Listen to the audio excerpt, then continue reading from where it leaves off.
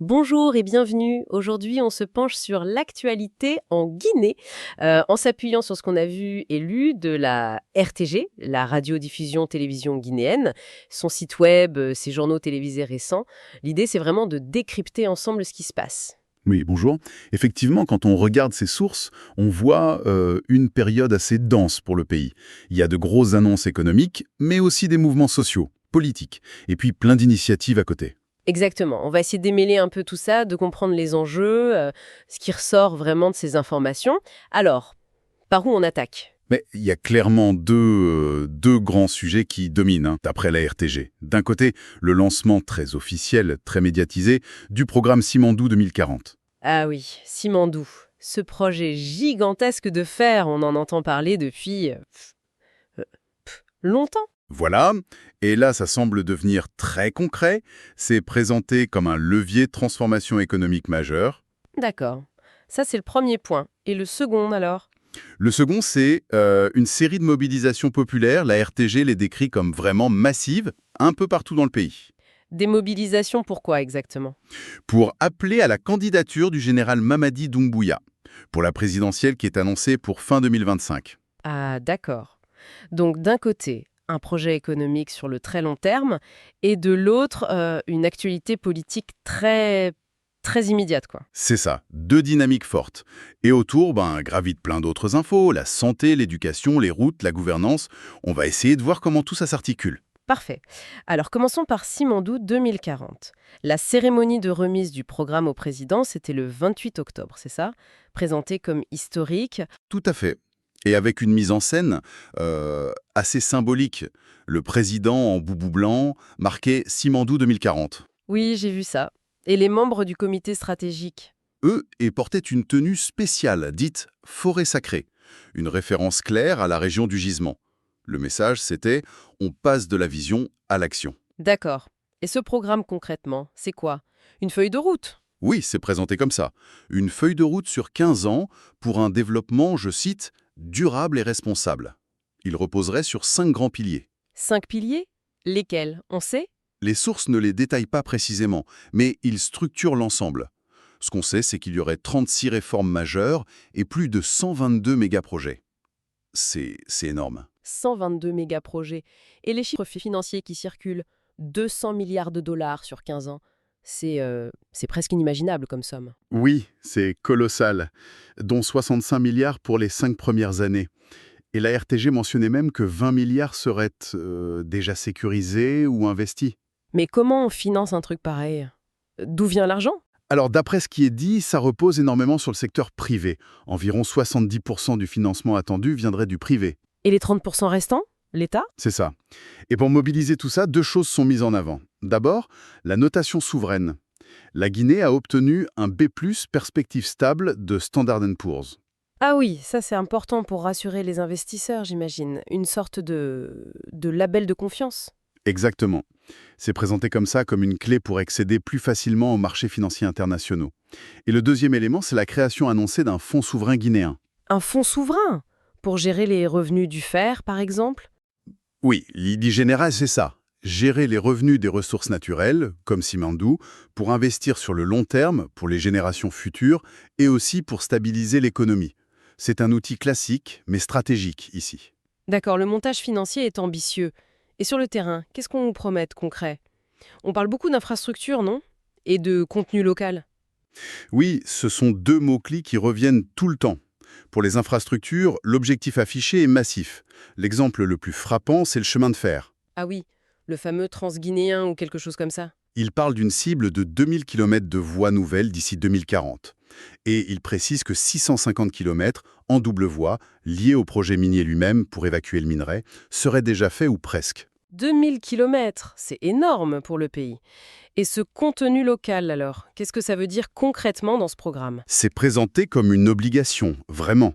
L'idée, c'est que le projet profite directement aux Guinéens et à l'économie guinéenne. Comment? Par des emplois, des contrats. Oui, plusieurs leviers. Donner la priorité aux entreprises guinéennes pour la sous-traitance, les fournitures. Ensuite, priorité absolue à l'emploi des Guinéens à tous les niveaux. Et surtout, investir massivement dans la formation. La formation pour avoir les compétences nécessaires. Exactement, pour que les Guinéens puissent occuper les postes, même les plus techniques. On parle de transfert de compétences, de technologie. Et puis, il y a aussi l'idée de transformer une partie du minerai sur place. Ah, ça c'est important. Ne pas juste exporter la matière brute, créer plus de valeur ajoutée. C'est l'objectif affiché, oui, pour créer plus d'emplois et développer une industrie locale. Si ça marche, ça peut vraiment changer les choses. Et la dimension humaine, justement, la formation et l'environnement, c'est souvent le point sensible dans ces méga-projets miniers. Oui, alors pour le côté humain, il mentionne spécifiquement la Simandou Academy, un programme d'excellence pour former des cadres, des ingénieurs, des entrepreneurs guinéens. C'est clair qu'il faut du personnel qualifié. Une sorte d'école dédiée à projet. C'est un peu l'idée, oui. Pour l'environnement, l'affirmation, c'est que la durabilité est prise en compte partout. On parle d'études d'impact, de mesures de préservation, mais les détails concrets, on ne les a pas dans les sources qu'on a vues. C'est souvent là que le bas te blesse. Et la gouvernance de tout ça. Un projet de cette taille sur 15 ans. Comment on s'assure que ça avance, que ça ne dérape pas? C'est un point sur lequel ils insistent beaucoup. Il est prévu de créer une structure dédiée, une Delivery Unit. Une delivery unit, c'est-à-dire? Une unité d'exécution en français, placée directement sous l'autorité du président. Sa mission, coordonner tout le monde, suivre l'avancement de très près, identifier les blocages et s'assurer que chacun rende des comptes. Une sorte de tour de contrôle centrale hyper puissante. On peut voir ça comme ça, ouais. Un modèle pour essayer d'être efficace et rapide. Et en parallèle, ils insistent sur la lutte contre la corruption et la modernisation de l'administration comme étant essentielle. Qui a piloté l'élaboration de ce plan? Le comité stratégique était présidé par Djiba Diapité, qui est ministre et directeur de cabinet à la présidence, une position très centrale. Et il souligne aussi que des partenaires internationaux, comme KPMG ou l'ONU, ont été associés et ont validé la démarche, en quelque sorte. Pour la crédibilité internationale, sans doute. Très probablement, oui. Vis-à-vis des investisseurs, c'est important. Bon, d'accord, le tableau de Simandou 2040 est posé. C'est vertigineux comme ambition.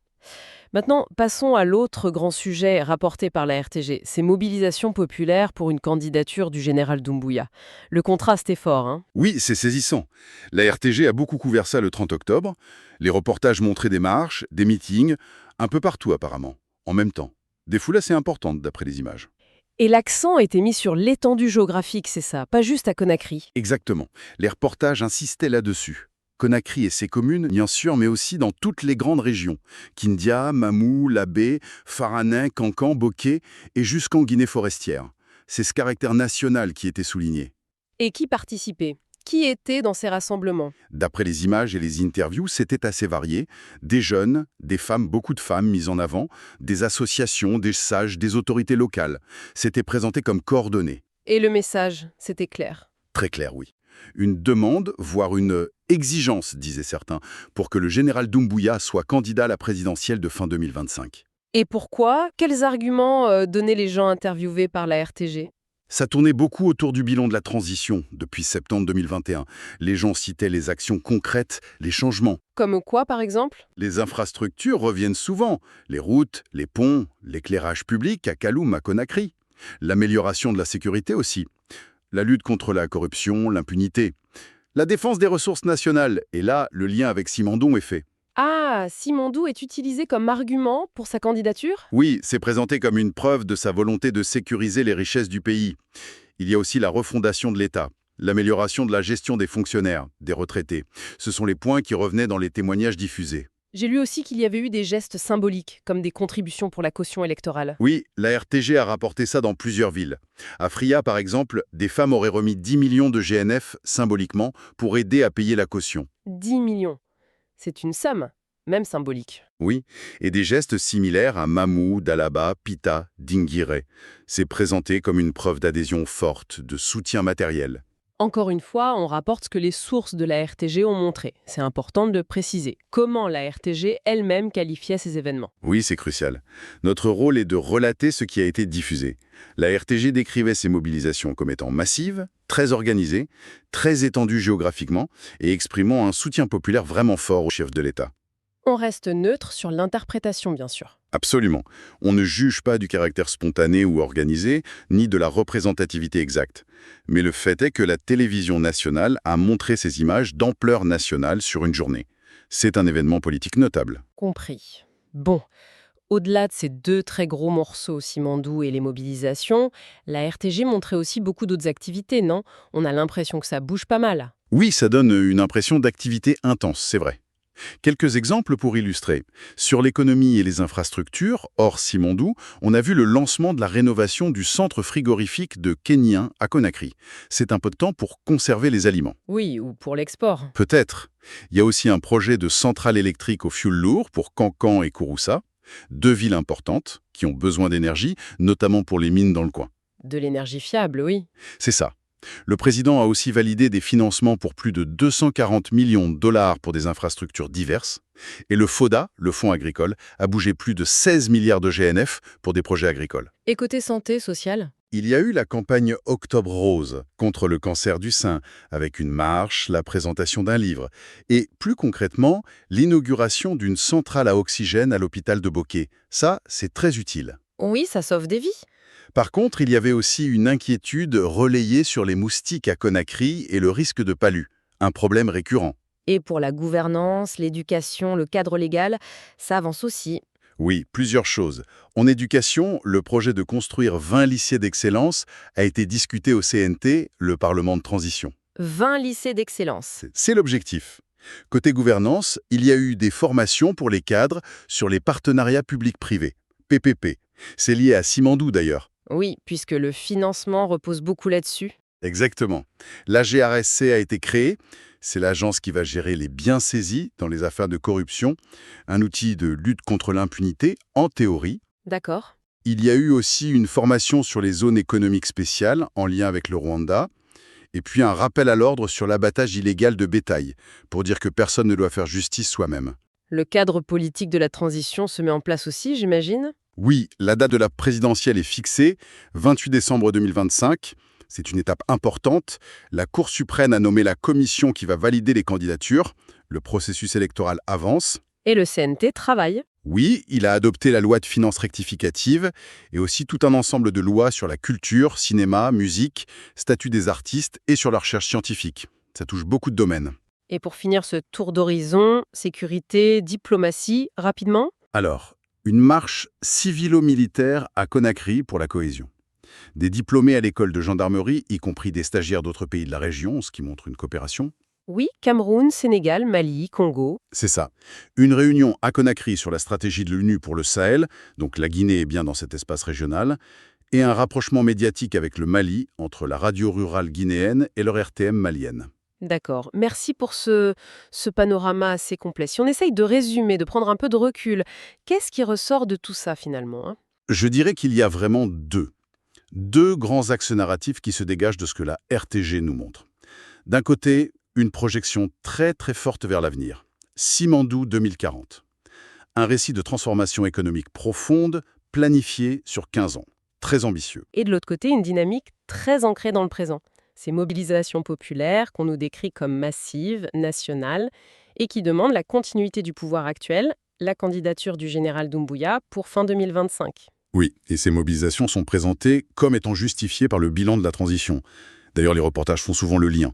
Simandou est cité par les manifestants comme une raison de soutenir le pouvoir. Les deux sont liés dans cette présentation. C'est ça.